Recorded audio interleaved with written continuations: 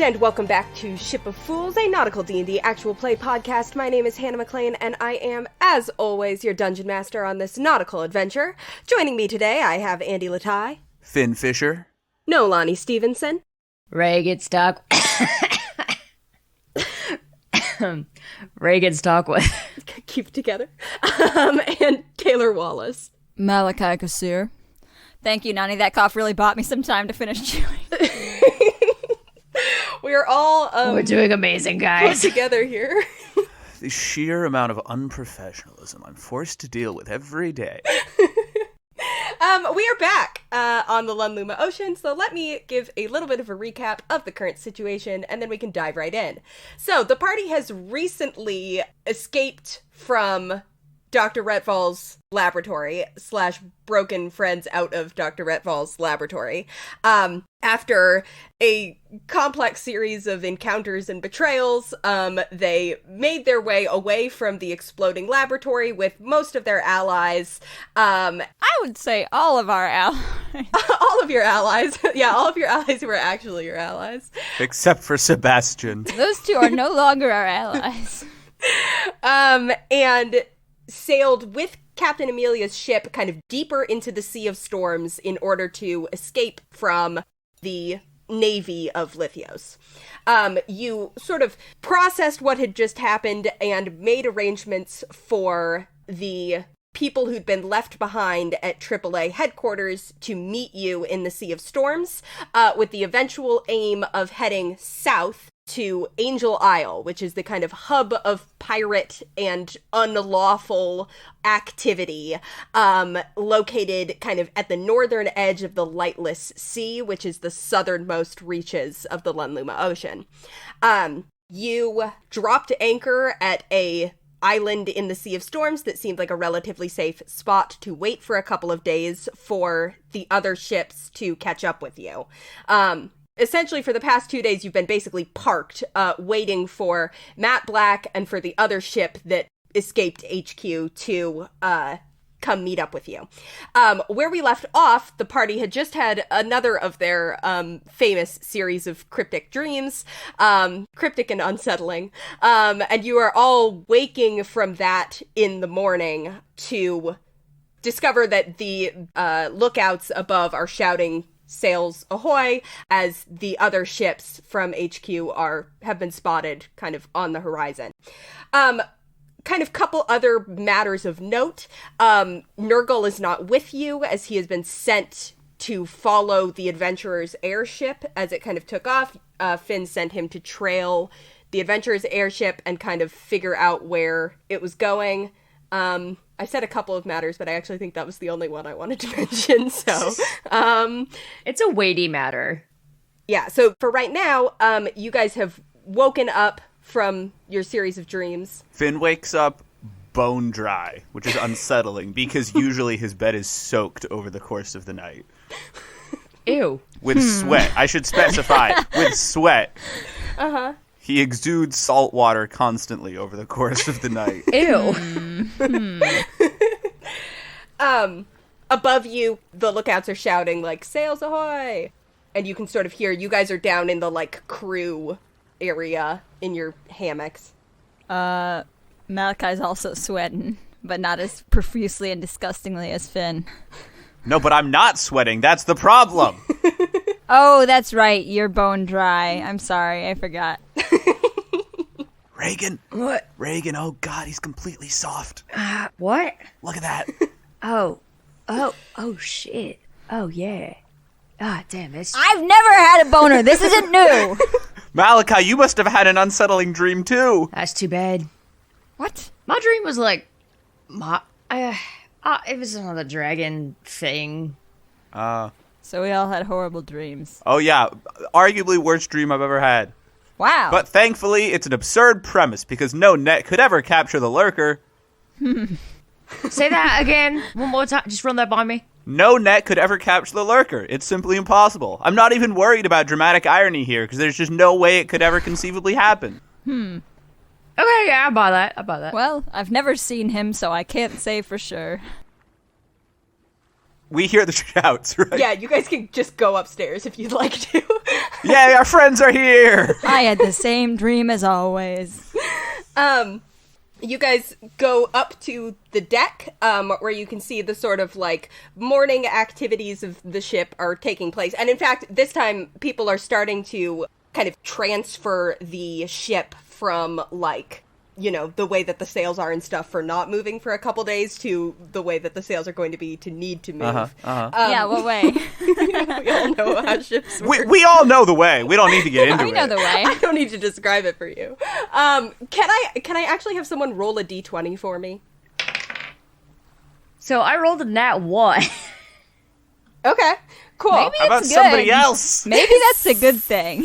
So what the nat 1 means is that there is you also see, as you guys kind of come up on deck, especially the more, like, experienced sailors look especially worried and kind of, like, keep glancing to the east. And you kind of hear them sort of, like, muttering to each other, like, really big storm blowing up. Kind of even more so than usual. I mean, it's the Sea of Storms. Storms are to be expected, but you can see the clouds that are gathering on the horizon look especially ominous. You also see, however, that coming from the, like, northwest are 2 other ships, one of which you kind of recognize immediately by the black coat of paint and the bright flame decal on the side, as Matt Black. Yeah! Oh, looks beautiful. As well as another slightly larger ship that you might recall having seen, like, moored at HQ. Kind of one of the other, not the adventurer's personal ship, just one of the other ships that they, like, had around. It'd be really funny if they just took her personal ship. Well, unfortunately, it turned into an airship. Yeah. And these 2 are kind of, like, sailing up closer to you. Amelia sort of, like, walks up to you guys on the deck. She also kind of keeps glancing toward the storm that's building, and she's like, so, are you intending to stay on my ship, or are you going, we can have a rowboat to send you over to the other ships? No offense. I appreciate your hospitality, but, I don't know, Matt Black's pretty sick, you know? Yeah, this was a value-neutral statement, I don't care. Well, if you don't want us here, then... You're so strong, Amelia! She just sort of, like, nods, no reaction to either sentiment. And you guys can go over to Matt Black. The ship is, like, moored at the island, mostly just to give you, like, somewhere to meet. There isn't really, it's like, you could get out and go onto the island itself, but it's not really hospitable. It's just kind of, like, craggy rocks, and who knows what lives there. You haven't really gone onto it at all. Creatures? Perhaps there could be creatures. I love creatures. But you guys are able to go over to Matt Black. How do we feel about leaving Amelia and Nero alone on the Salty Shark? Well, Shiloh's with them too, right? Yeah. Shiloh, Nell, and Alden can sail with them, I suppose, yeah. I trust them. Yeah, I just want to talk with Nero and Amelia. But we can do that after we go to Nat Black. Maybe we should bring Nero with us? Because she is our prisoner and all that? Is she? Is she our prisoner? No one's given me a straight answer about that. Oh, I've performed a citizen's arrest. Sorry. Wow. Citizen of where? The world? I am a citizen of humanity? Wow, study abroad has really changed, Regin. I will tell you guys that, like, over the course of the journey, there can be, like, swapping between ships and talking to whoever you want to talk to. This is just kind of initially to go check on the people who are on Matt Black. So true. Finn has Dimension Door. Yeah, it's so true. Yeah, and I can swim. And can swim. Yeah. So for now, the 3 of you go over to Finn will be our messenger pigeon. Matt Black. Basically, as soon as you, like, climb the ropes and get on deck, Baleen comes, like, sprinting over and just, like, grabs Finn and hugs him. I hug her, and then I pull back and I look at her and I say, Baleen, what was your pet frog's name? The one we caught in Cod Creek and kept for the summer. She looks, like, momentarily baffled by the question, and then she's like, fucking Sir Hopsalot or something? Oh, okay. Oh, it's good to see you. Sorry, I just had to check. And I hug her again. Good idea. Fuck, man, he sure did. She hugs you. And she's like, really glad you're okay. Glad you guys are okay, too, looking over at Malachi and Regin. Yeah, oh yeah, we got him. Glad you made it out, Baleen. How have you been? How was the journey? Journey was fine. This ship is really cool. Yeah, did you try the bidet? Yeah, it's really cool. And I like how it sails itself. Mm-hmm. We left, there wasn't any sign of, like, anything, happening when we left HQ, but some of the others like left behind, like, I don't know, detectors and stuff, so that we could kind of know if something happens. I don't really know. A bunch of artificers were all doing stuff, and everybody like grabbed all the like equipment and like, I don't know, research and evidence and stuff, and that's mostly below decks here, or most of it's on the other ship. She points over to the other ship. You see that, like, some of, like, I think actually probably Nell and Alden will go over to that other ship and seem to be trying to figure out, like, what were you able to get? Hannah, what's the other ship called? It's called the Ladyfinger. Yes, Nolani? Finn blushes. Are you sure about that? I am. Finger.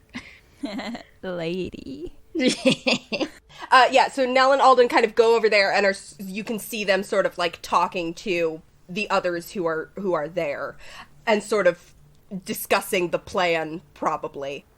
You also see that here on Matte Black are Shala and Mar.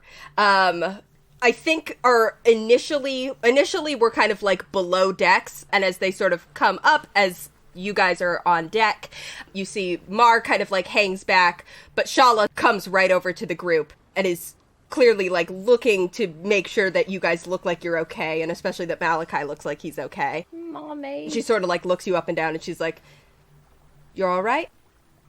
Yep. We're good. Okay. I don't know what you were told, but Very little. the adventurer's very... Yeah, something. You didn't speak to her while you were there, did you? No. Really, Mar and I have very little idea of the general perspective of any of this. We're just sort of going along with the people who seem to be your allies. Oh yeah, Baleen, the adventurer's bad news now. Okay. FYI. Also, I don't know if you met Ben, but same deal. Bad news. Okay. Great. Where are we going from here? I look at Baleen. You're gonna love this. I look at Shala. I don't know if you're gonna love this. What am I gonna love? Pirates? Ooh! Pirates! So you feel positively about pirates? I feel, well, I don't know if I'd say positively, but it certainly is exciting. But you wouldn't, like, kill one if you saw it? Me? This is Baleen talking. Yeah. Oh. I wouldn't kill a pirate if I saw one. Just leave it at you feel positively about pirates, and I'll go stand by Baleen because Baleen likes me. I'm gonna go stand over there. Where's the cat? I would like to pet the cat. Yeah, the cat is here. He'll like come up and kind of like wind his way around. I whistle for him to come up and see us. Wow. I say this cat responds to whistles? Okay. Yeah. Wow. Comes up and kind of like rubs his head against Malachi's leg and then rubs his head against Reagan's legs. Yes. And just kind of making his way around. Yes. Wow, does he rub his face against anyone else's leg? Hannah, maybe? You want to mention? Yeah, against Finn's also. Yeah, don't worry. He thinks you smell like fish, Finn. He wants to eat you. It's true, actually. He does. He's like he does that cat thing where he like rubs against you and then he sort of like pulls back and does the really intense sniffing with his like. Does he do the pervert face? Like that, where he opens his mouth a little bit? Sure. I glare back at him and I'm like, don't try anything. Shala kind of like waves Mar over too, and Regin, you have to support his rear. I'm very supportive. He's big baby. I hope you're talking about the cat. Finn, I've got your back too. Don't you worry. Regin cups Finn's ass. Shala sort of like looks at Finn and is like, "So what? Pirates?" Oh, you don't feel positively about pirates? No, I don't feel positively about pirates. Oh. Okay, would you kill one if you saw it? it? I think it depends on the situation. Stop asking that question when I am standing right here. They already know you. That doesn't mean they won't kill him, in my experience. Malachi has just realized that Nira is in the same fleet as his adoptive mother's for the first time in this entire situation. Yep. What about, like, an ex-pirate? Is that okay? Or, like, a pirate without a crew?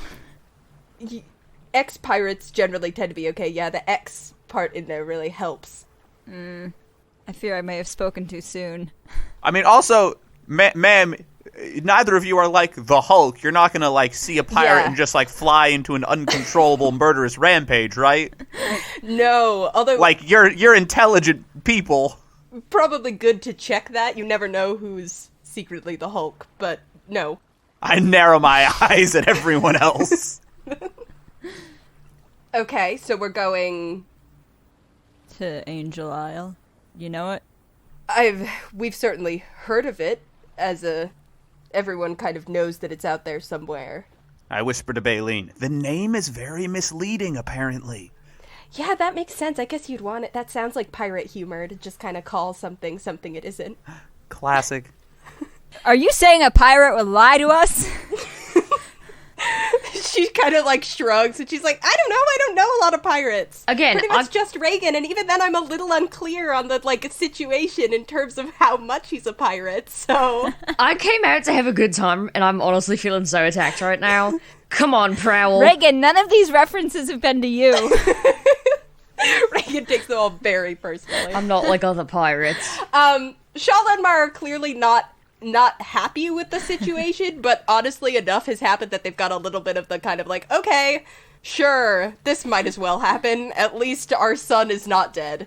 And so... Yet. They sort of take it in stride. Baleen similarly looks the kind of mixture of nervousness and a bit of excitement that she's had for this whole situation. She does kind of like look at Finn and she goes, I heard from Father Ceviche yesterday. Oh!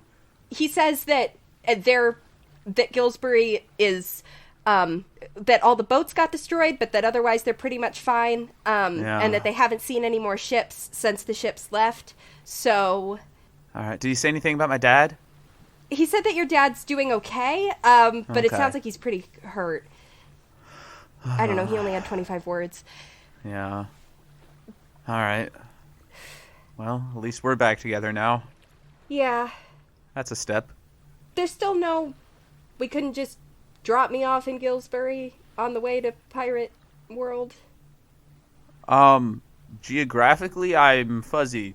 No, right? I look around at someone who knows the ocean. It's not on the way, is it? Yeah, you look around. One of the, like, navigators on the ship kind of, like, shakes their head at you. It's not really on the way. I'm sorry. No, that's okay. It's fine. It's honestly, it hasn't really been that long, although it feels like forever and is the longest I've ever been away from home. But, yeah, it's fine. Okay. The storm is continuing to build. You can see it's like the clouds are these massive thunderheads that just sort of like pile up above the ocean. The kind of anvil shape where you can see that they kind of get narrower in the middle and wider at the top. And you can see the sea kind of like beginning to churn. People are kind of like calling between the ships in sort of sailor jargon that's probably most familiar to Regin, that you can hear sort of like calling the direction that the storm appears to be going and sort of making sure that everyone is on board to just kind of go as quickly as possible to hopefully get a little bit ahead of it before it really hits. Yeah, that Scrongo's really looking blinky, boys. We better start looping the goinks. Exactly. That's what they say. I lean over to Malachi. He truly has lived so much. You guys are staying on Matt Black? Yes.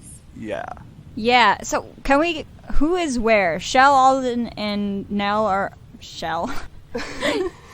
So, for right now, Alden and Nell went over to the Ladyfinger to kind of debrief. That's the ship that has the most, like, you'll kind of learn that the people who were leaving HQ mostly grabbed, like, most of what was portable kind of from the workshop and from the various, like, records and stuff like that they could get into. They basically just, like, grabbed everything they could in the matter of a couple of hours because they weren't sure how much time they had, and packed it onto this ship. So most of it is over there, as well as most of the remnants of AAA who are with you, who are mostly, it's like the ones who are not as gifted at fighting, the kind of like, you know, the lab guys. But do they all wear trench coats and nerdy little glasses? Not the ship of nerds. Yeah, kind of like ties. Trench coats? Lab coats. Lab coats, there you go. Basically, yes, imagine all of that. And there's only, like, maybe... And then there's one, like, really fucking ripped guy, too. Yeah. Yeah, he's the lawyer for the organization, actually. As well as, like... He's gonna have his work cut out for him. A few more kind of, like, competent sailors and stuff who were left behind, some of whom from the kind of, like, AAA allies. Altogether, there's probably like 20 people on the Ladyfinger, and then an additional like 12 who were on Matt Black, and then Amelia's crew is about 20 people. So you have like ships full of people at this point. There were 3 other ships that also came to Retval's tower with you, and they scattered. And you guys still don't really know. You saw one of those ships getting definitely engaged in battle with the Navy. You don't know if either of the others did or if they were able to kind of safely get away, and you kind of don't know where they headed. But so Shiloh, though, is still with Amelia. Right, so to answer your original question, Nira and Shiloh stayed on Amelia's ship. Okay. Nell and Alden went over to the Ladyfinger. Cool. This is just kind of where everyone is right now. You guys are on Matt Black with Baleen and Shala and Mar, and the ships raise anchor and get ready to start sailing. So the way that this is kind of going to work, it's going to take about 5 days to reach Angel Isle, or rather it'll take about 5 days to reach the Lightless Sea, and then from there it's about another day, maybe more like half a day, to Angel Isle, kind of depending on how lost you get, because the Lightless Sea is designed to make people get lost. And the 5 days is assuming that there's no kind of major complications that slow you down.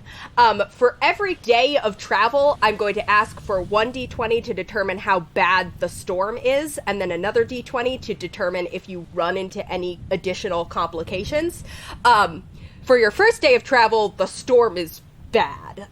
It is like, even as you kind of get started and get a little bit ahead of it, pretty quickly the wind starts whipping around all of you. There's this driving rain. The sails, frankly, probably never even get all the way taken out, and the ships are kind of instead being powered by this combination of people rowing them and the sort of both Matt Black and Amelia's ship. And frankly, probably the Ladyfinger, too, I would say. With the types of people that you're around with, all 3 of these ships would have a bit of kind of an arcane propulsion source, which it's preferable to run on wind power whenever you can to kind of save the batteries, quote-unquote, but they have this sort of, like, magical... They're hybrids. ...ability to keep moving through the water when it's not possible to move by wind. But this is still definitely a very dangerous storm. So I need an additional somebody to roll me another d20 to kind of see if there's any other complications that arise.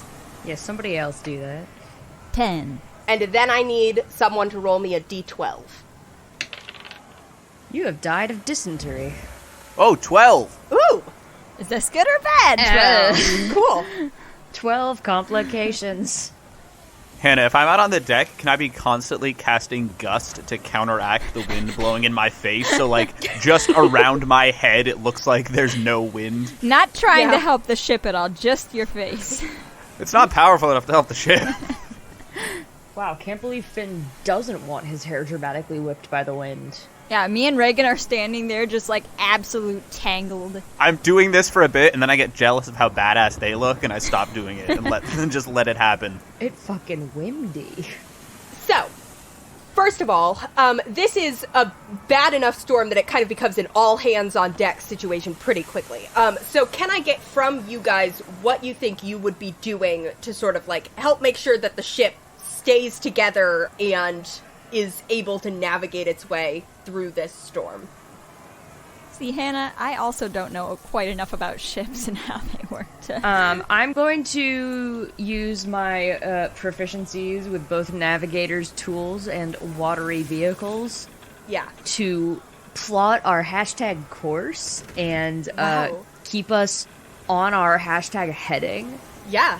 Please go ahead and give me a... I think this has to be either intelligence or wisdom. That's too bad.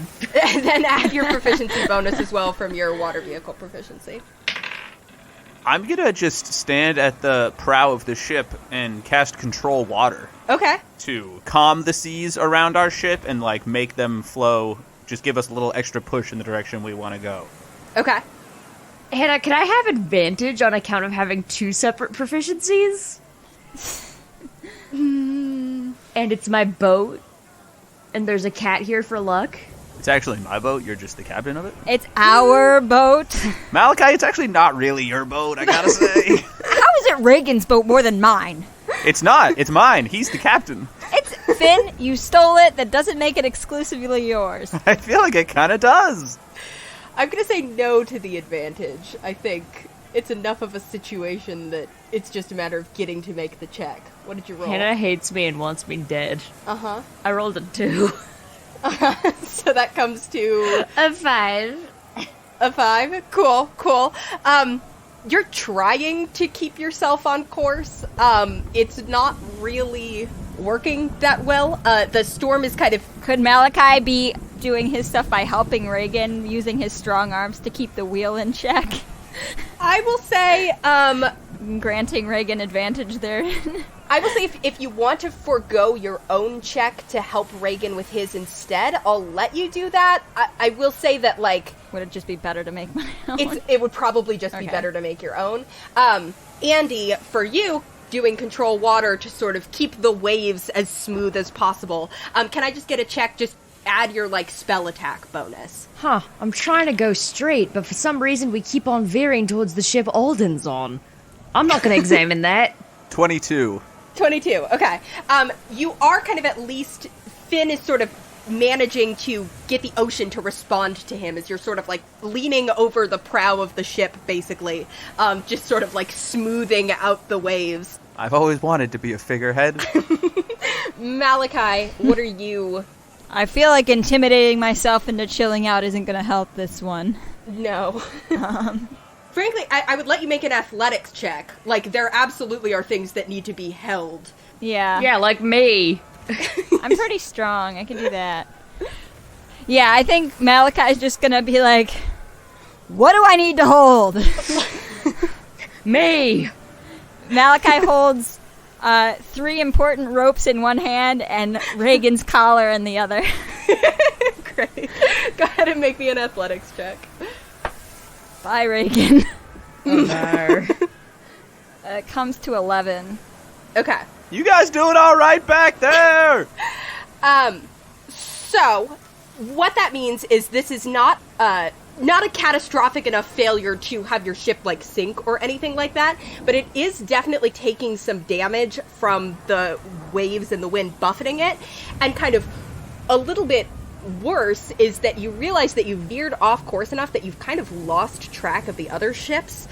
In the course of this storm, you guys all were trying to stay pretty close together, but you can't see. Visibility is terrible, and there's all these, like, whirling winds and stuff like that. You guys see a couple of, like, water spouts keep popping up, like, a little ways away from you, and this storm, it almost feels like it's, like, alive and is, like, drawing you closer into it. Can I get perception checks from all three of you? Are we back at the Dragon Isles? 16. 17. 16. Wow. You all rolled really similar. So all three of you, at kind of roughly the same moment, see, as this wind is whipping around, as your skin is just kind of being, like, slammed into by these big raindrops, the kind of raindrops where, like, you can't tell if it's, like, just rain that's hitting you or if it's hail. Most people who, like, can't help with the ship have been sent below decks. And Matt Black is, like, able to hold itself together. It's a magical ship. So in some ways you can see the sort of, like, the magic of the ship is, like, these ropes are flying around and trying to, like, keep things together. And the three of you all spot, in the clouds above you, what looks like a hand, sort of, like, materializing out of the clouds, this, like, massive hand. And you, as you're watching that, you kind of, like, see what almost looks like a, like, footprint impression in the ocean a little ways away from you, as it kind of, like, the ocean, like, depresses just in the sort of shape of a giant foot. And then you spot, looming down, the clouds sort of, like, move out of the way a little bit, and there is this massive blue face just in the cloud, kind of, like, leaning down to look at the ship. This face is, like, bigger than your entire ship, as this kind of humanoid face just, like, looks down at you. The skin is blue, the eyes are, these massive eyes are gray and kind of filled with lightning, like, sparking between their eyes. Dad? You see that this... I thought your dad was a dwarf! This blue person, although person feels like an inadequate word to describe the being, you kind of feel like you can almost make out shoulders in the clouds, although the rest of the body, if there is a rest of the body, is almost too big for you to fully comprehend in the mix of this storm, is, like, looking down at you with what appears to be curiosity. Can I divine sense? Sure. You do divine sense. You don't pick up any sense of... What does divine sense do? Detecting anything affected by a hallowed, celestial fiend, or undead. Yeah, this is not you do not get any celestial fiend or undead vibes. Tracks. Is it just, like, standing there staring at us? Basically, yeah. I look up and I wave. I also wave. Is this your storm? You see a sort of, like... There's kind of a moment of nothing, and then there's, like, a slow kind of smile. Can I have all three of you can give me, I guess, persuasion checks? 7. 19. Okay. It's gonna be 8. Okay. You see this sort of, like, slow smile across this giant face. The teeth of this being are, like... Each tooth is, like, as big as a sail, and there's these, like, clouds that kind of move around their mouth, and the kind of, like, edges of their face are almost fading back into the clouds. You see that hand that you'd seen in the clouds kind of, like, comes down and actually, like, nudges the side of your ship a little bit, and it rocks it enough that everybody is sort of, like, has to grab onto something to not fall over. Yep, we're real. The giant sort of, like, smiles at Finn and then looks at the other two of you, and these giant cloudy eyebrows, like, furrow a little bit as the smile kind of fades. And the giant just sort of, like, is sizing all of you up with not outright hostility, but not, like, excitement either. Just sort of like, what are these little morsels that are in my storm? I'm gonna cast message, and I'm going to message the big giant thing in Primordial. Okay. It'd be like, hi, just passing through. I like your teeth. You seem nice. I have lightning too. You hear kind of like a big rumbly laugh. And as you say, I have lightning too, the hand that is next to the boat kind of like pulls back and then like flicks all 5 of their fingers a little bit. I need a dexterity saving throw from Regin. This is going to be a dick measuring contest. Regin, what did you say to him? I said hi!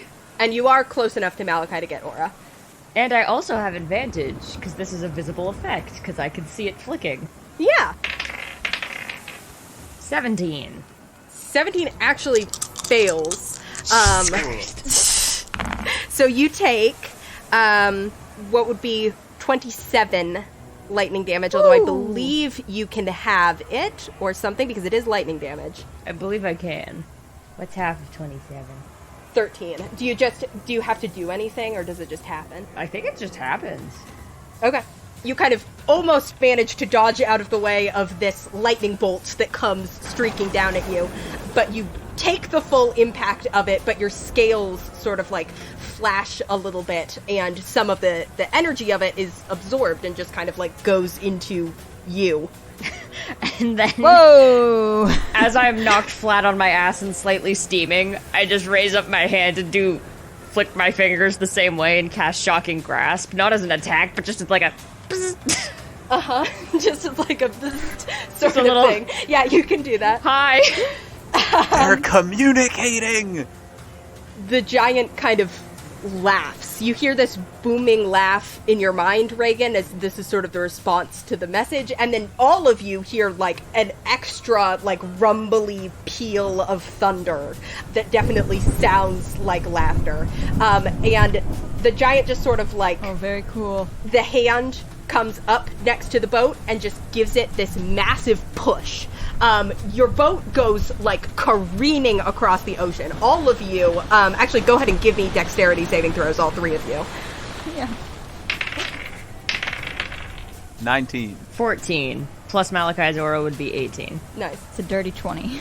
Okay, so cool. All of you are able to not only not go flying off the ship, but even keep yourselves standing upright as the ship goes... Basically, it's just shoved so hard that you just sort of like cut your way through the storm. I grab Prowl so he doesn't go flying off the ship. Yeah, Prowl's below decks, don't worry. Okay. Baleen's got him. Go flying across the ocean until you sort of like land. When your movement stops, you're in an area where the storm is a little bit less severe. You sort of encountered this being at what felt like the heart of the storm. It's definitely still raging around you. You can still kind of see the lightning flashing and the clouds roiling above you, and the sea is still very choppy. But you are no longer in imminent danger. There's no sign of the giant anymore. Ooh. Wow, that was fun! Regin? You good? Yeah. I think I just made a friend. Wow. Congrats. Regin, one more thing. Can I actually get a charisma saving throw from you? Although this isn't going to be great for his height complex. That guy was at least 40 feet tall. 16. Okay. Did you add Malachi's aura to that? Nar. Okay, great. So that's a 20. You feel... so the whole time that you've been in this storm, you can sort of, like, you've felt the, like, energy inside you kind of building, and especially after this face-to-face encounter with this being, it's, like, everything in your veins is surging. And in fact, as you like look down at yourself, and the two of you can see this too, there's almost this like Regin's veins are sort of like standing out and glowing with this blue kind of like electrical energy. But with a 20, you're able to kind of like hold on to the magic. It doesn't come like bursting out of you, although you can feel that it wants to. And you can also feel that probably if you let it, it would be stronger right now than it usually is. But you are able to kind of keep a handle on everything and sort of keep yourself together. But you can definitely feel that you are reacting to the storm. Wow. Looking vascular, Regin. Guys. Yeah, I'll say. Am I Nell's mom? No. Probably not. If I had to guess, I'd say no. Are you hypoxic, Regin? Why are your veins blue? Supercharged. Well, okay. Wow, that's enough explanation for me. I'm glad that it decided to get us out of the storm instead of keeping us there forever. If I look like I'm about to sneeze, duck and cover. Got it. It's hard to tell with the beard, you know, but we'll keep it in mind. You guys sail through the rest of this storm. Do we see the other ships? The other ships find you eventually. We got way ahead. As things start to quiet down a bit, and basically, like, it's almost nighttime by the time the other ships manage to find you. As your ships get close enough to see each other, you can see obvious relief in the kind of calls that are going back and forth. Amelia, like, yells over, "You okay? Any casualties or significant damage?" Was there significant damage to the boat or no? You did take some damage, and definitely, like, someone's gonna need to fix it, but the ship is not in immediate danger of sinking. Like, we can sail until we hit our next port, unless something else bad happens? Yeah, you don't need to, like, delay your course or anything. Okay. Although it would probably be a good idea for one of the other ships, to send someone over who knows more about ships and can kind of help patch things up. Yeah. Nothing serious. We might need some repairs, but... Glad to hear it. Finn is, like, lying down, balanced on top of the railing on the side of the ship, and he's like, "Ah, look who decided to show up!" Finn's planking. It's 2012. He's on his back. Cool. And that's the first day. Congratulations on Jesus rolling Christ. a nat 1 storm and then a 12 on the d12. Wow. You... Can only get better from here. Did you guys meet the giant, too? No. Oh. Yeah, that's probably what took you so long. So, the first day with the storm is kind of too chaotic to really be doing anything but dealing with that storm. For the second day, though, as you guys continue to travel, can I get someone to roll me another d20? How about not me? I'll do it this time. 9. Okay, not a nat 1. Then can I get someone to roll me another d20? Be nice to roll above a 10 this episode. 3. Okay, then I need a d12. 1. Okay, cool. Wait, was it a 1, did you say? It was. See, Taylor, this is what I've been talking about maybe swapping Nani out for a new co-host. I think the 1 might be good, Andy, unlike the 12 we had last time. The 12 was great. He was very helpful. Second day, though, means that we're all at full health, right? Yes, yeah. Nice. So, Regin, you're at full health. Andy, you have your spell slot that you used back. The second day, you guys are still in a storm. There is still a thunderstorm raging, although in comparison to yesterday, it feels like positively balmy. Matt Black is mostly doing the work of keeping you on course and keeping itself together. I will say that Amelia sent over a couple of her, like, ship repairmen. And you can see that the other 2 ships were also fairly buffeted by the storm, but everyone is kind of okay enough to keep sailing, with some people sort of below deck making repairs to the places where your hull was damaged and stuff like that. Do we have any red paint on board? I think the flames could use a touch-up. Yeah, the flames absolutely could use a touch-up. They're pretty scratched. So it is still raining and thunder and lightning, though, although the wind isn't quite as intense. You guys are sailing along, and nothing requiring your immediate attention happens during the first, like, half of the day.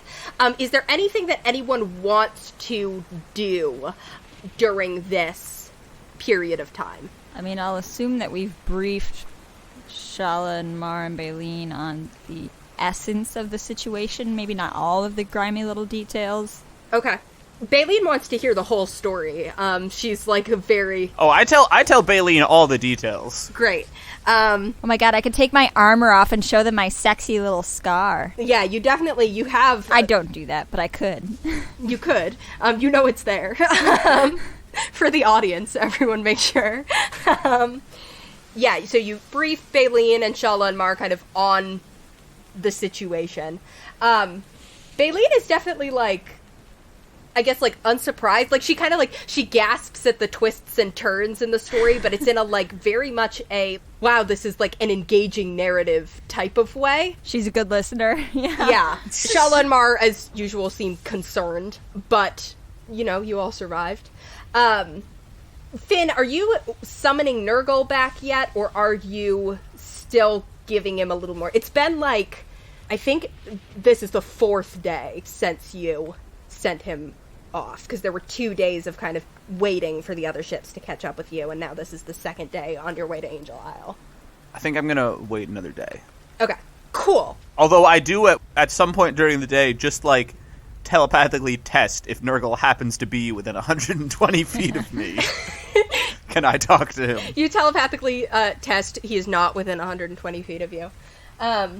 You also would probably notice, Finn, I think that it is difficult for you to reach fish here, kind of especially when the storms are bad, and I think you just kind of can, like, assume that probably the fish who live in this area are deeper under the ocean, so that they're not, like, where the storm would be dangerous to them. I can respect that.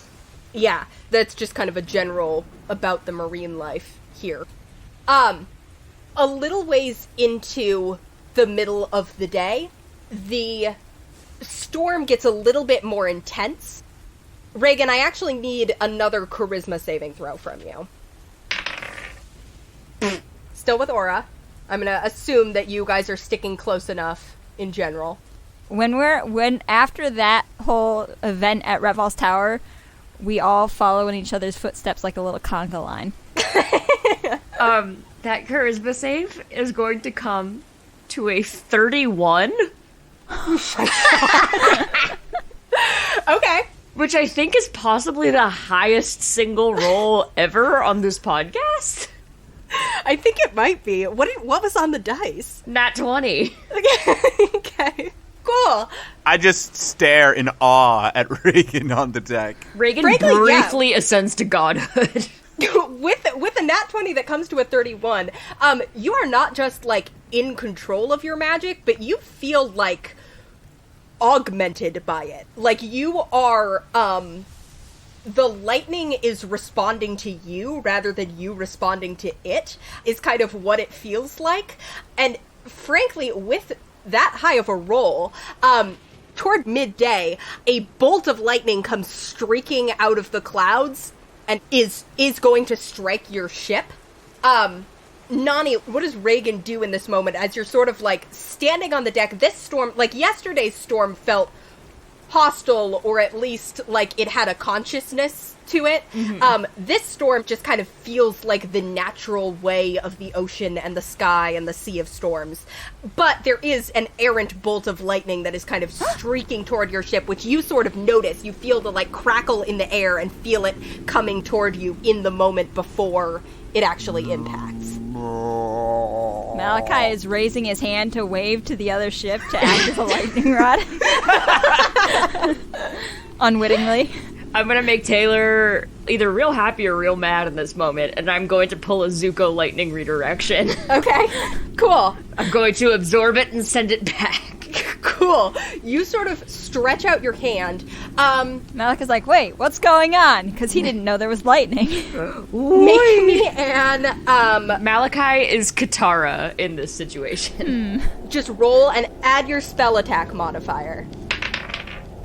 14.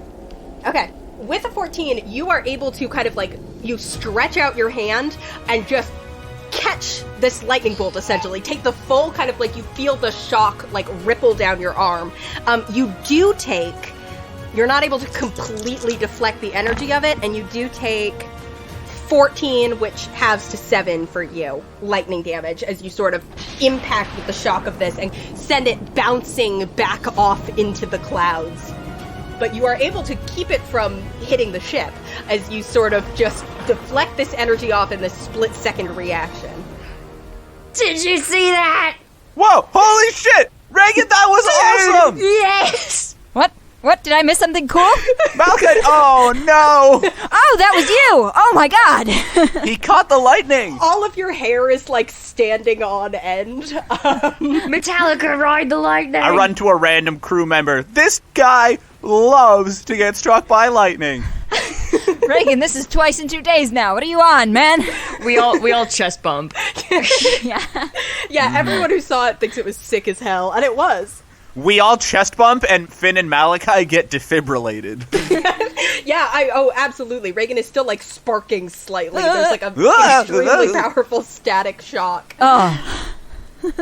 Yeah, good job. Fuck yeah. Oh, man. And you feel good. Cool. Day 2 passes, the rest of it kind of without event. Okay, I need another D20 roll for day 3. I think this makes it Andy's turn. My turn. 4. My God. Sure, attracting the storms. All right, give me another one. Another D20. Yeah. 2. God! Delightful. Someone Wow. give me a D12. We're gonna go through my whole encounter table, everybody. 7, a nice middling number. Cool. The storm worsens again. Still not as bad as the first day, but travel between your ships is not possible on this day. Everyone's kind of stuck on the one that they're on. And you're having to, work to make sure that you're keeping the ships together. So you guys are sailing through this storm. The wind is howling. The sound of the rain against the deck is like constant drumming. But a little bit past the middle of the day, through all of the other sounds that are around you, each of you start to hear, just very faintly, kind of in the back of your mind, barely able to make it through the storm, but just enough to kind of catch you, this faint singing. Just this gentle melody kind of rising into your ears. I need a wisdom saving throw from each of you. Malachi's ears perk up. Is there a lady out there? The siren. Are there some troubled ladies out there? 23. 17. 22. Okay. So none of you are affected. You kind of hear this, you hear this faint music, and you can feel that there's some sort of magical effect to it that seems to be calling you toward it, almost pulling you toward the edge of the ship. I've been hearing haunt melodies calling me towards the sea since I was 2. This is nothing. You manage to shrug it off. Unfortunately, 2 of your crew members who are above deck are not so lucky. And crazy that we have crew now. I am going to say that you actually, in some ways, the fact that the storm is this bad is an advantage to you, because there are less people on deck. Shala, Mar, Baleen are all below deck, because the storm is bad enough that they would be in danger if they were on the deck. But a couple of the sailors who got sent over from Amelia to kind of help repair your ship from the damage that it's already sustained, and to kind of make sure that they were there, since you guys don't have a ton of experienced sailors between you. 2 of them, you see, sort of get this glassy look in their eyes and start sprinting for the edge of the ship.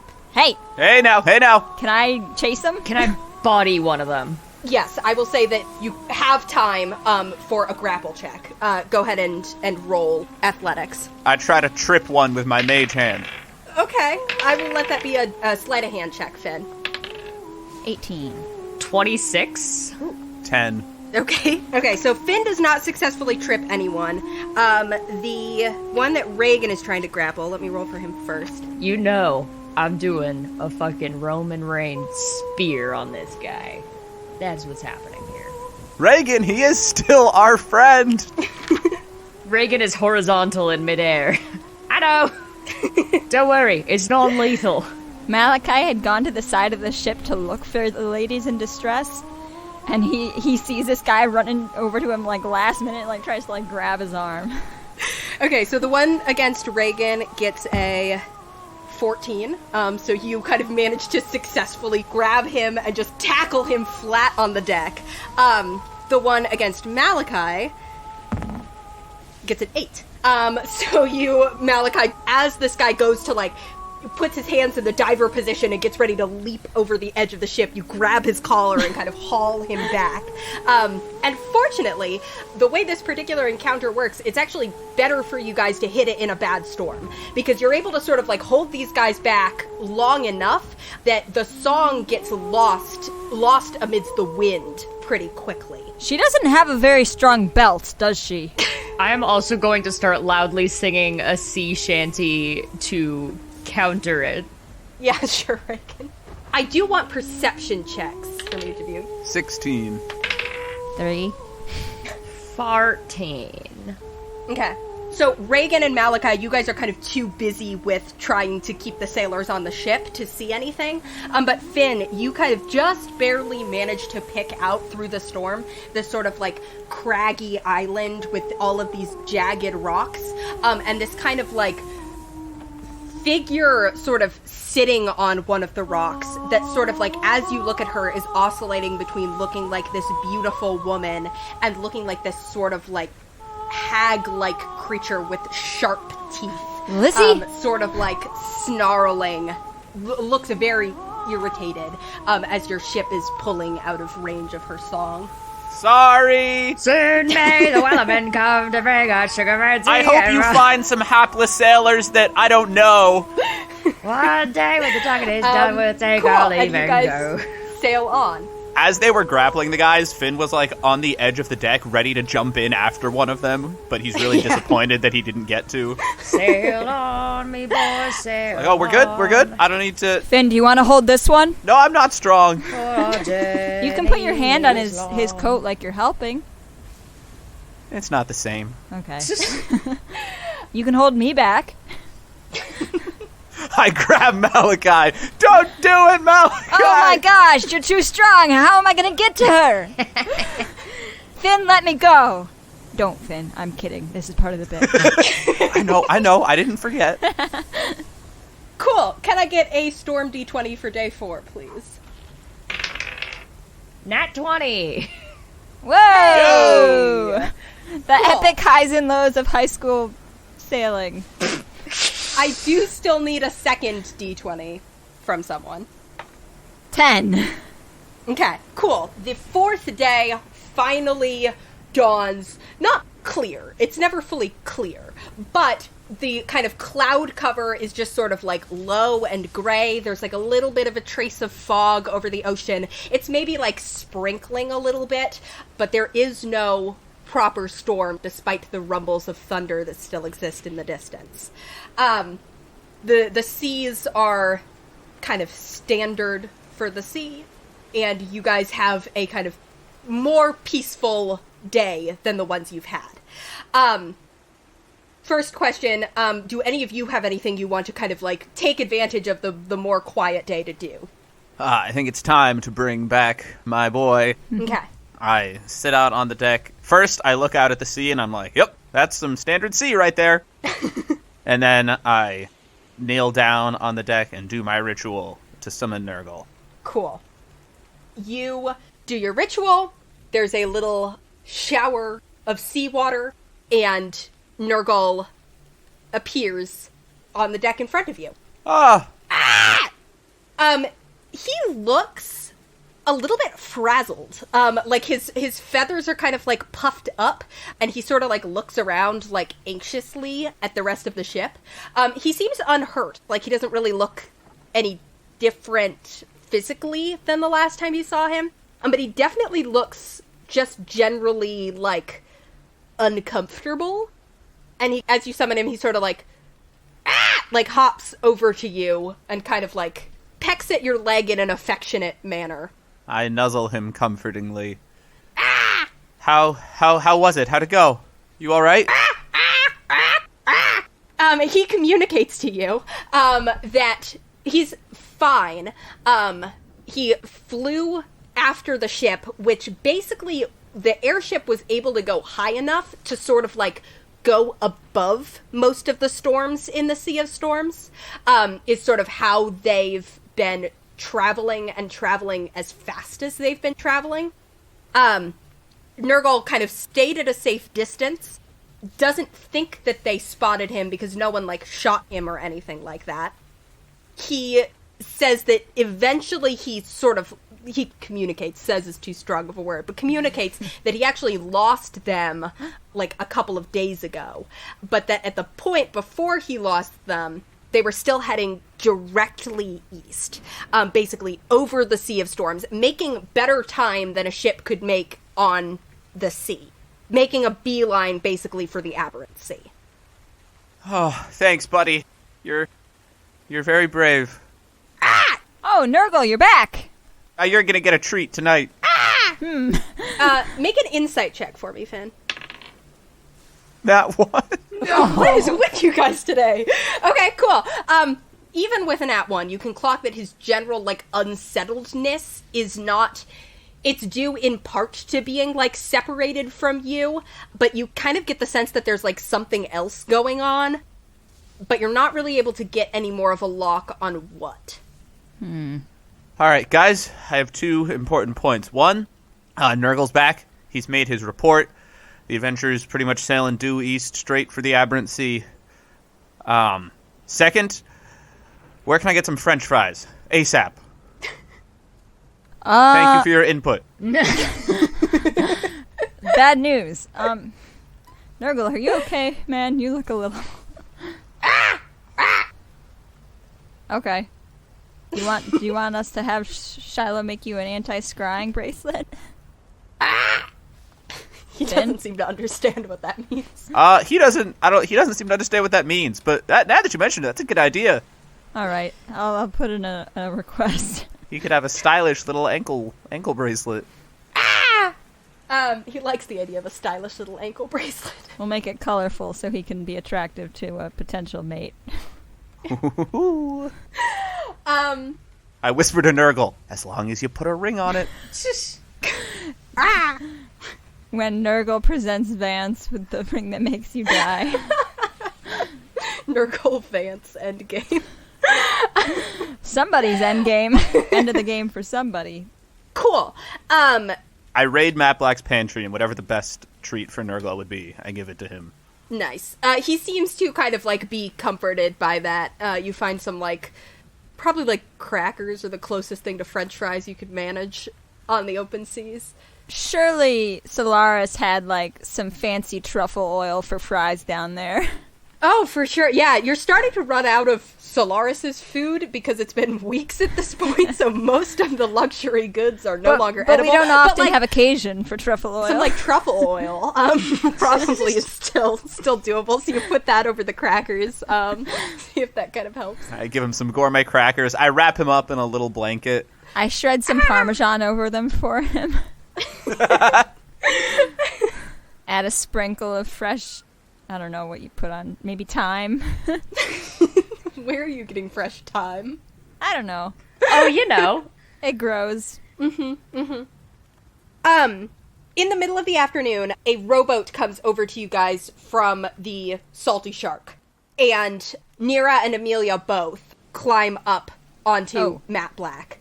Nira looks better than she did a few days ago. She both kind of in terms of, like, she's not, you know, like, injured anymore, but also she just looks like she's regained a little bit of the kind of, like, confidence and swagger that she had before the whole incident. Oh, that's not good. They definitely fucked.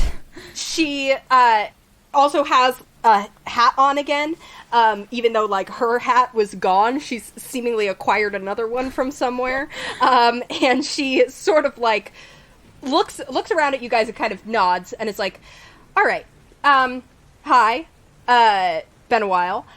We figured that if we're going to Angel Isle, we should kind of brief you guys on what to expect. I know, Regin, you've been around, but I don't think either of the other of you had made your way down there.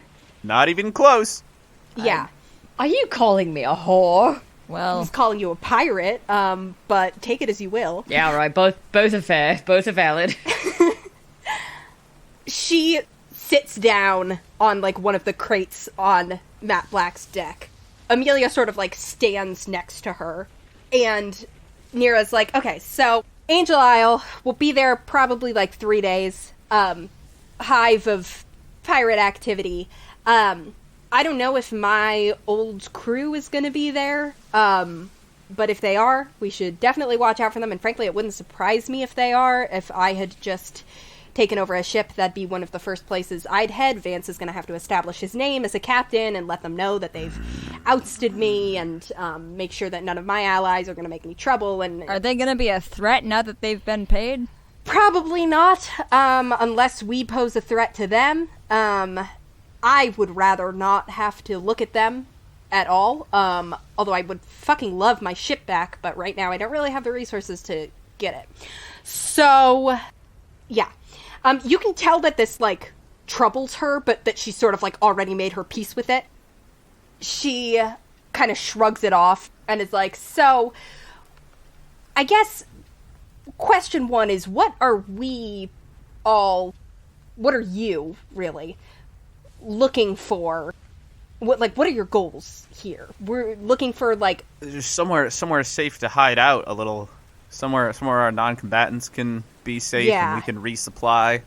Yeah, that's kind of what I figured. So probably your best bet is going to be to find one of the other kind of hideouts nearby. Regin, this kind of rings true to you as sort of like information you'd know about the whole general area. So you've got Angel Isle, which is a city in its own right, a small one, but is like, it'd be smaller than Benswith, but probably like bigger land area wise than like Farian. There's very few people who are, like, permanent residents there, although there definitely are some, like, bartenders and shop owners and stuff like that who kind of stay on Angel Isle permanently, but more often the island's population is kind of made up of the various crews who are kind of coming and going. But in general, Angel Isle is probably not going to be a safe place for you guys to, like, set up shop permanently.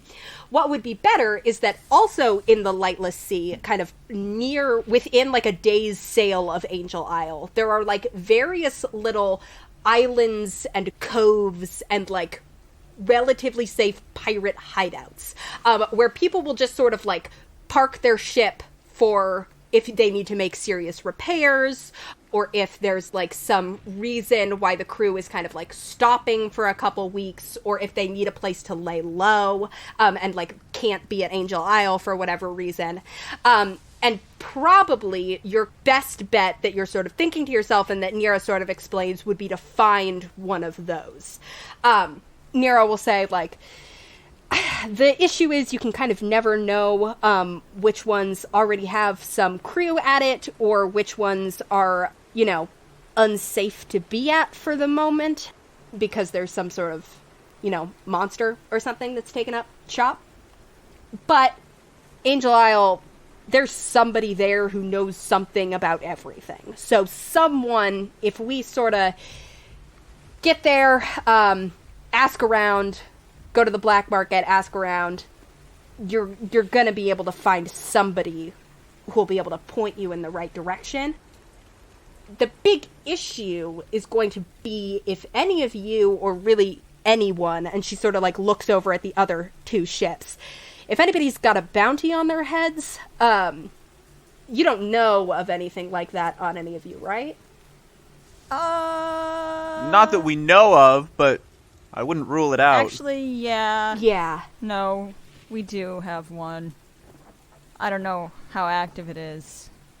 Mar had a bounty. I don't know if that's considered fulfilled or not, but... Good for her! As for the three of us, honestly, who's to say? Yeah, frankly, it wouldn't surprise me if at this point any of you do, or frankly Nell or Alden either, or... depending on how recognizable our ships were. Oh, Finn, if Rosalia. Yeah. I don't think our ship's that recognizable. I hide the can of red paint behind my back. So, that's another thing. So, generally, pirates, there's a little bit of a code of... honor feels like the wrong word, but a code of friendliness. Most pirates won't turn each other in. Most pirates. Like, Amelia will probably be okay. The issue is that the three of you are not insiders, as it were. Your mother is certainly not. Does she know about? She seems to. It's like someone... the information got around, it seems like. And my name is... not worth much at the moment. Yeah, I was gonna say, do you have any friends who would sure, stay friends without a crew behind you? Yeah, I've got a couple friends still that I'm pretty sure will stick by me over sticking by Vance. But certainly any of my actual leverage, Captain's not much without a crew or ship. So we can't really count on that. Yeah, I may have been out of the game for the while, Nero, but I still know some people. That's good. That's good, too. So... My mom might be a pirate. That's an unresolved thread. Hey, mine too, That's I guess. I had a vision of her, like, one time, and she looked like a pirate. Huh. Not to generalize, but... Yeah, well, that's good. We'll keep an eye out. If I see anyone that looks like your mom, I will make note of it. So, be careful. But other than that, generally, there's also, like, a little bit of a code of not starting any major conflicts on Angel Isle itself. Occasionally a bar fight will break out, but generally people don't retaliate. And if they're gonna retaliate, they take it off the island to do so. Kind of a mutually assured destruction kind of thing. Exactly. If one person starts firing on somebody else's crew, then all of their allies jump in, and the last thing you want is a whole pirate-wide fight in the middle of the hub that everybody counts on as being there as somewhere that you can resupply. So, what I'm saying is keep your wits about you for sure, but I don't anticipate there being too much immediate danger, unless someone gets really bold and decides they want to cash in on that bounty. Well, it didn't go so hot for the last people who tried. There's that too, yeah. Other than that, she kind of like looks between all of you. She's like, is there anything else you need to know before we get there? Well... Should I do a pirate voice? Sure, couldn't hurt. No. Yarr! I think it'd be very entertaining. Yeah, exactly, like that. Will hurt. Arr, ye be saying that, but I think Nera be saying something different, don't she? This is perfect, Finn. I'm a big fan. Thank ye. Wait a second, I don't trust ye. Yeah, about that. I kind of like look her in the... What's your plan here? Are you just gonna... Once we get there, are you just gonna stay, or... Are you gonna dip, or... I'm gonna talk to my people, see what options I can avail myself of. What people? Your pirate contacts? My friends, yes. Pirate contacts, friends, whichever. Okay. Malachi, you can make an insight check if you'd like. Yeah, sure. 10. Okay. With insight, that's 14. Okay. You get the sense that she definitely, like, she doesn't really have a plan. Like, she doesn't necessarily know what she's going to do, but she doesn't want you to know that. Are you an Amelia cool? Could you, like, go with her? She, like, looks up at Amelia, and Amelia kind of nods and is like... Oh, Amelia's right there, yeah. Yeah. Amelia nods and is like, we're cool, yes. Okay. Nera, like, grins, waves her hand a bit, and she's like, our, fight of 3 years ago is kind of nothing really compared to the everything else that's been going on. So we've, yeah, we're cool. Okay. I guess I just wasn't sure if you wanted to help us with all that everything else, or if you're just sort of done with that, or... Well, I figured you wouldn't want my help from the, everything about everything. I mean, you really want... I mean, it's nice to have you at our backs on the breakout attempt, I guess, but I don't know, yeah. Yeah, because I'm good at what I do, and you needed someone to get you out of there, and that's what my skills are especially suited for. I wasn't getting the impression that you wanted to keep working together. I mean, I don't know if you were interested in... If what we saw back there, if that's something that you also want to, I don't know, fight back against. If you wanted to, I'm sure we could find a place for you. It's not a 3-person movement exactly. If you felt that that's something you could dedicate yourself to, but I'm not going to make you ask you to do something that you don't want to hold yourself to. Malachi, I will allow a persuasion check. 9. Oh my god. These dice hate me today. She sits back a little bit, and she's like, yeah, I don't really want to fight this war.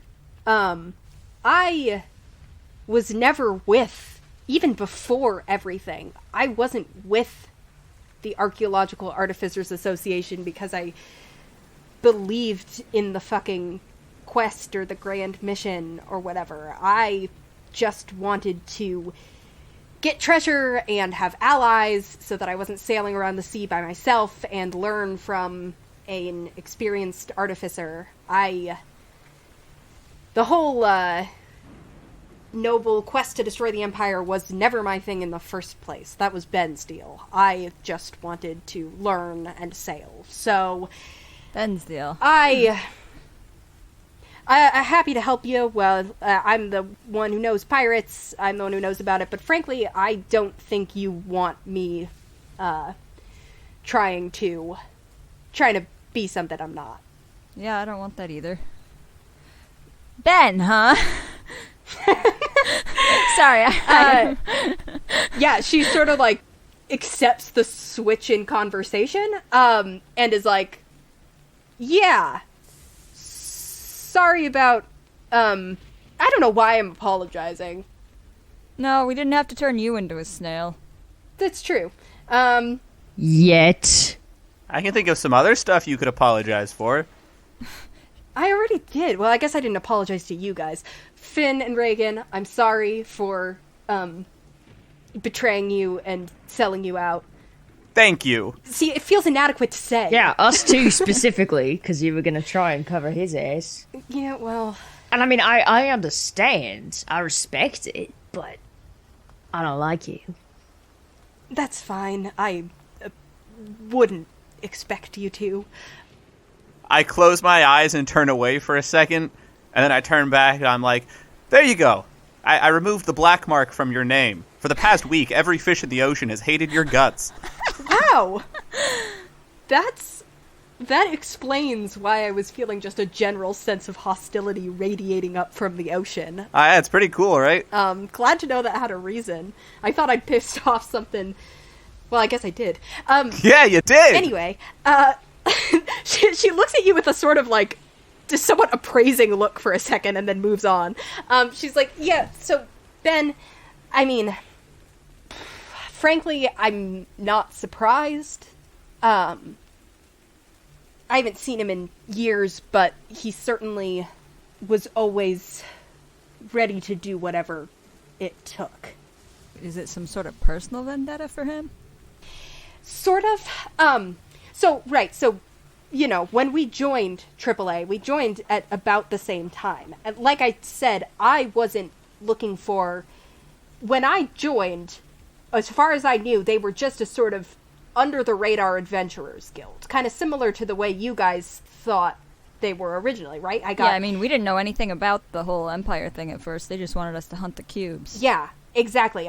Similarly, Amelia and I got hired for a kind of mercenary job,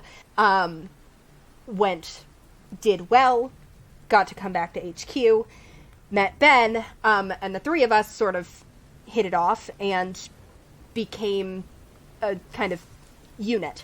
I was just looking for a paycheck, and so was Amelia, but Ben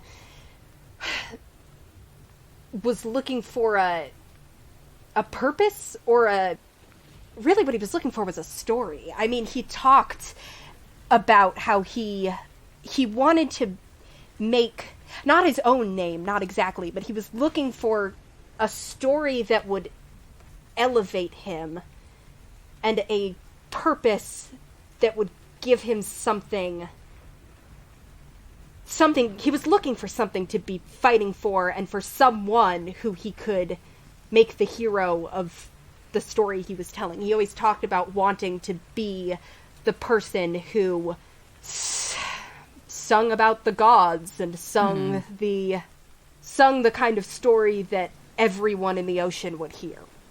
So, I mean, and I say that I didn't care about the grand quest or the Empire or anything like that, the adventurer's whole thing. But when Ben was talking about it, like, and he can make you believe in anything. When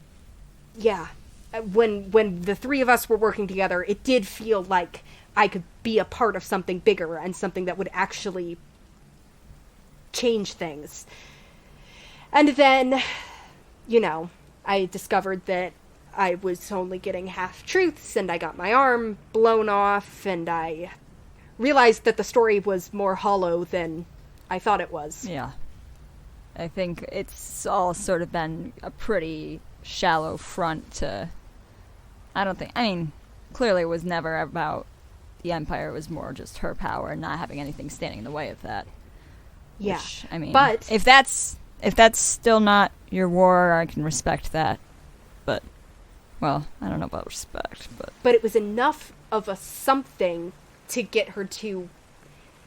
all that power that she has is coming from something. That wasn't... I know a bit about artificer stuff, I would say. And those wings, that was... I've never seen anything like that. And the being able to lift a whole ship high enough to get through the Sea of Storms, that kind of power, whatever she's got, it's real. Oh, I think all of it's real. The cube magic was certainly real. It's just whether it should all be amassed in one person. Yeah. So, anyway, all that to say, it doesn't exactly surprise me that Ben is probably getting exactly what he wanted. Yeah.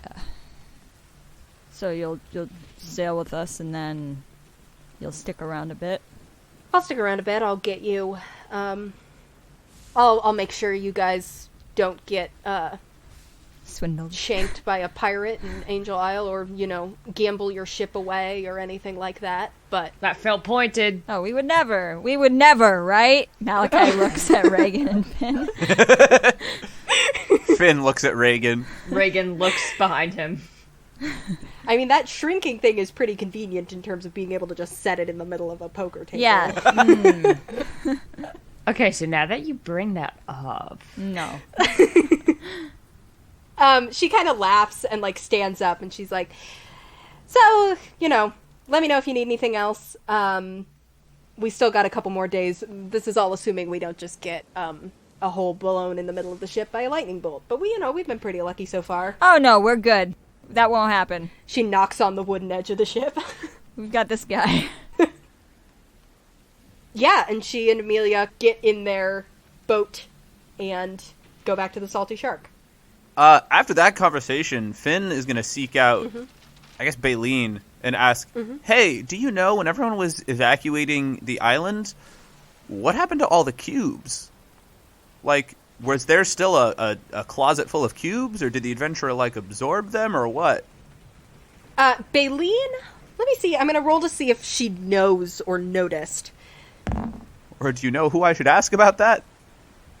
She sort of, thinks back, and she's like, yeah, well, and because I talked about it a bit on our way over here, and kind of as we were all trying to get everything off the island.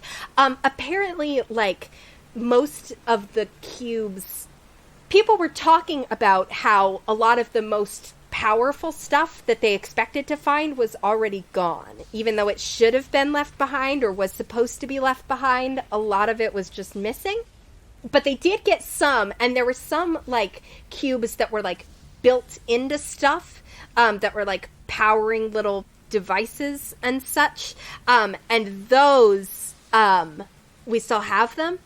But the ones that were the stuff that the adventurer had been working on herself, and, the cubes that were just kind of, in boxes and stuff, nobody could find them.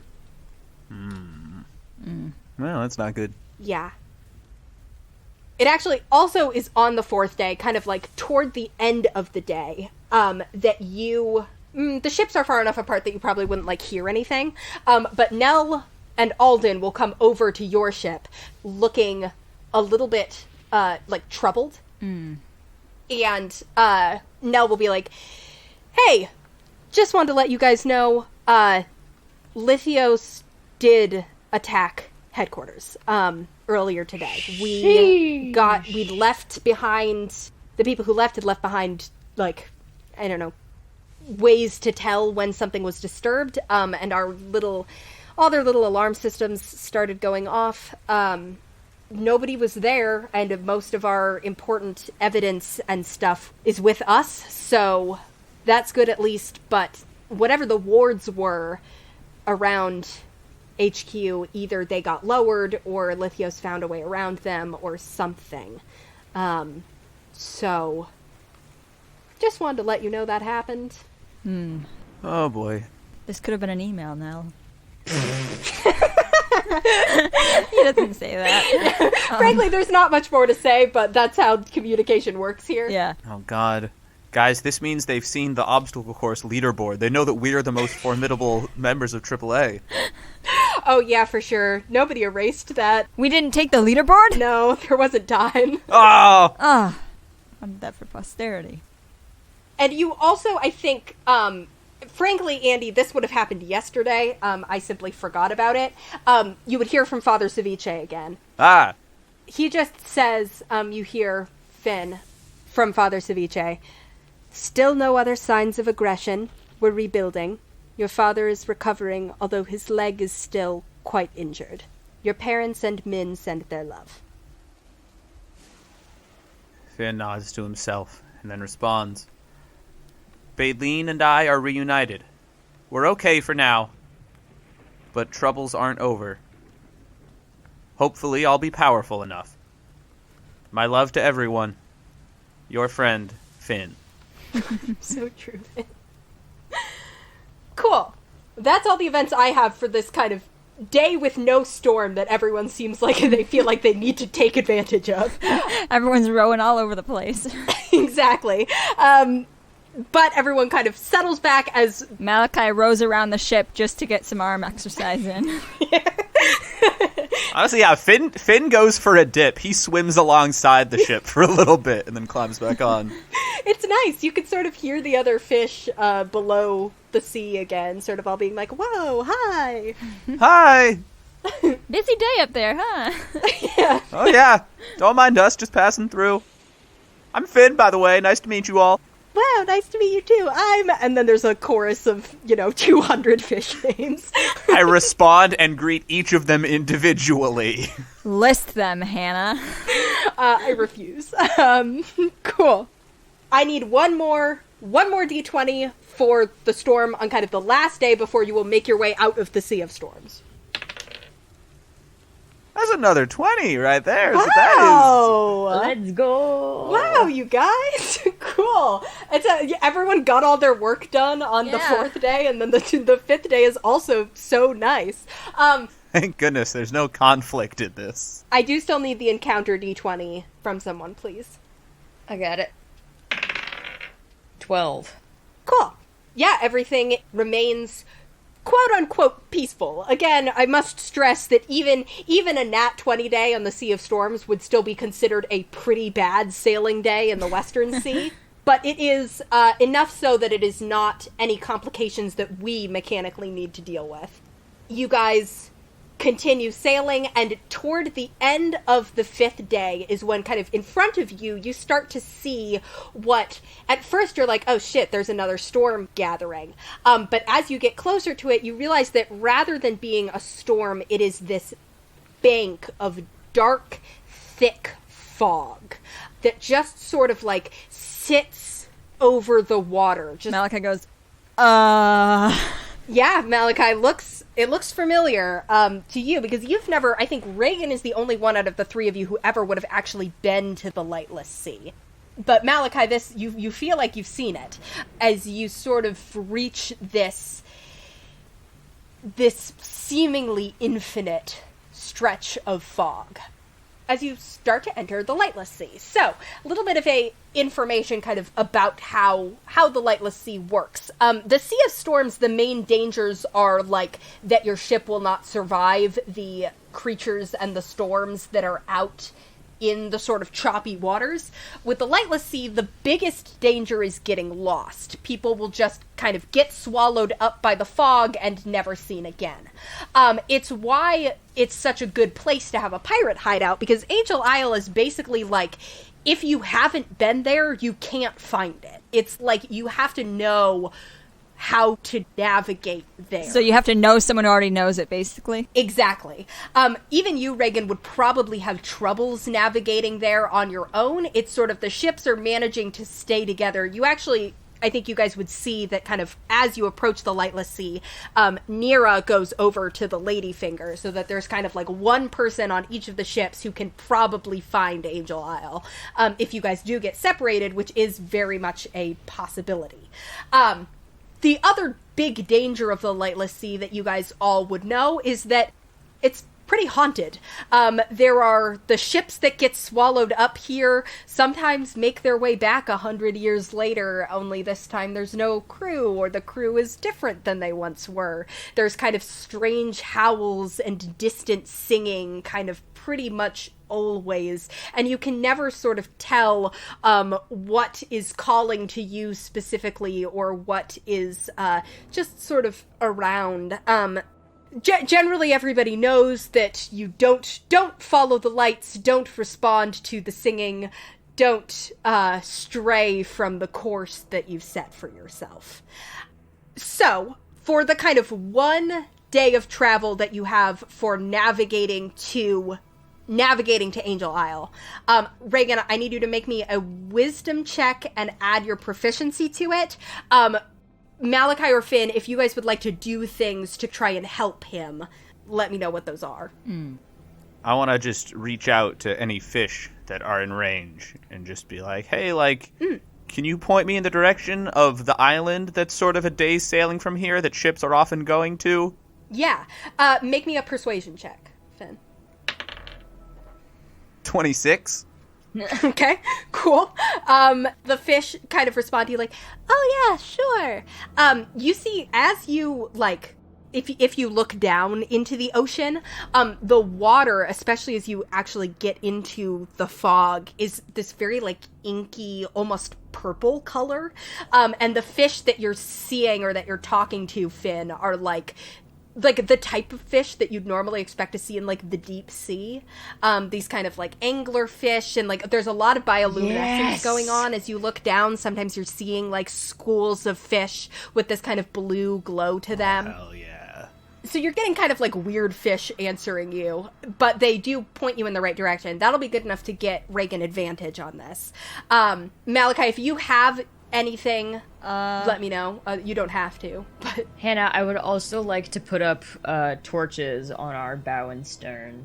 Cool. Yep, you can definitely do that. Yeah, it's weird almost. Like, the transition is so sudden that it's, like, alarming between the kind of, like, the pretty constant waves and choppy sea and wind that you've gotten used to, and then it's like you pass the threshold of this fog bank and the sea is, like, so still. I think Malachi might not necessarily be thinking super clearly, but he's not sure because there's no crazy storm going on, so there's not really much that he can do to help, but I think for his own comfort, he's going to try and cast Moonbeam ahead of us.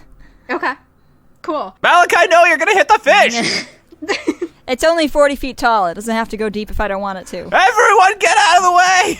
You yelled at the fish. I'm doing it above the water, Finn. We're not going under. Oh. Pray God. You keep this sort of silvery beacon ahead of you guys, as you sail. Regin, go ahead and make me that check with advantage. With proficiency, that comes to a 22.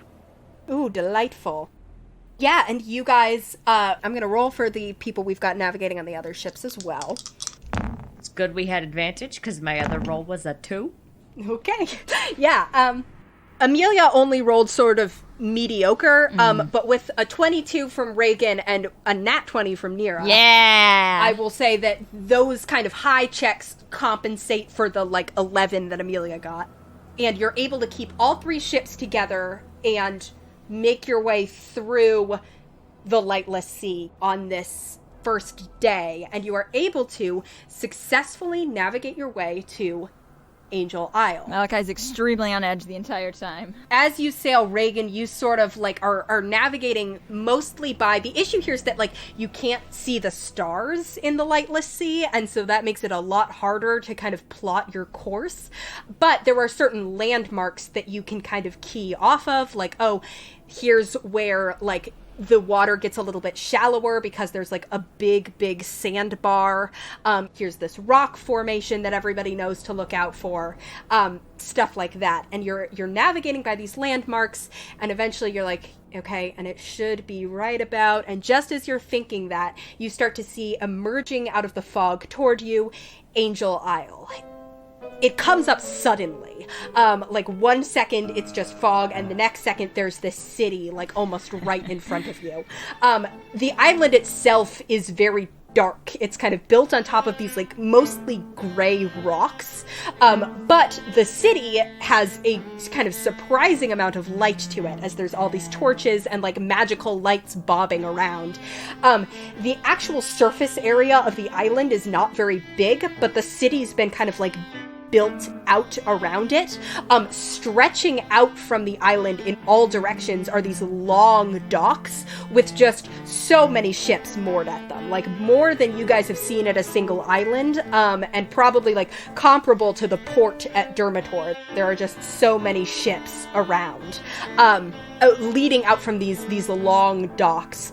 You see kind of wide variety from like little boats to like really big ones, almost all of them like proudly displaying pirate colors. You might even, Regin, you definitely recognize quite a few of them. Even Malachi and Finn might recognize a few from various stories you've heard, or like notorious, even tales you've heard from like the people you've been sailing with.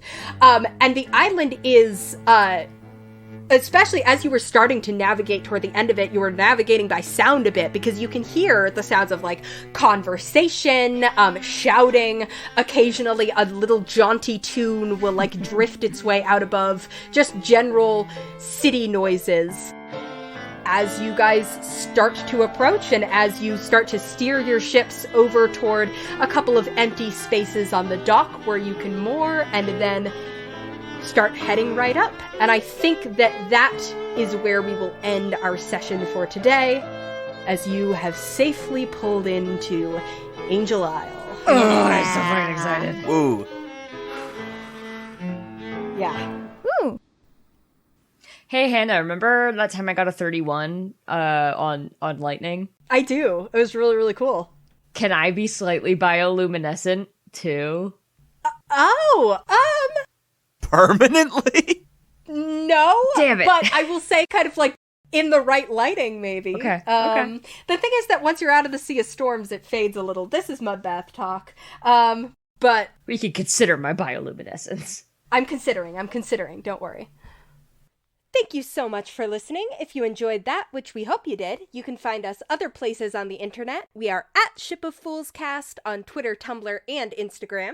You can also find us on Patreon at patreon.com/shipoffools, where you can find lots of our fun bonus content, including our Patreon-exclusive after show, where we sit in a metaphorical mud bath and discuss the events of the episode, releasing on alternate Tuesdays when there isn't an episode, so if you're feeling like 2 weeks is entirely too long to wait, you can hop on over to patreon.com/shipoffools.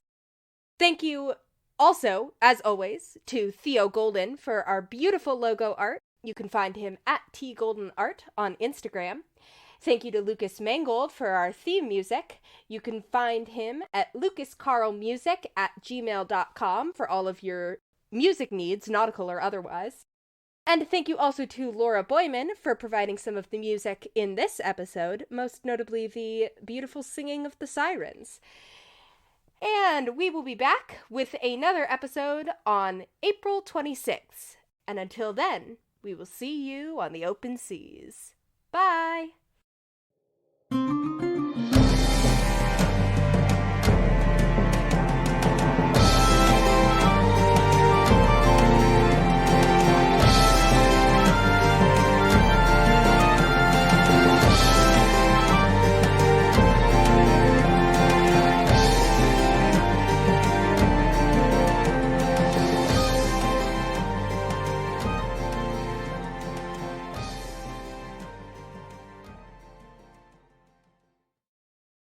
Pause. This reminded me of my favorite joke of all time, which is a man is at a job interview, and the interviewer is looking at his resume, and he goes, "Oh, could you please explain this 4-year gap?" And the man says, "Oh, I went to Yale." And the interviewer says, "Oh my goodness, that's very impressive. You're hired." And the guy goes, "Yay, I got a job." Oh, sensible chuckle. Continue. Great joke, Nana. Thank you. It makes me smile.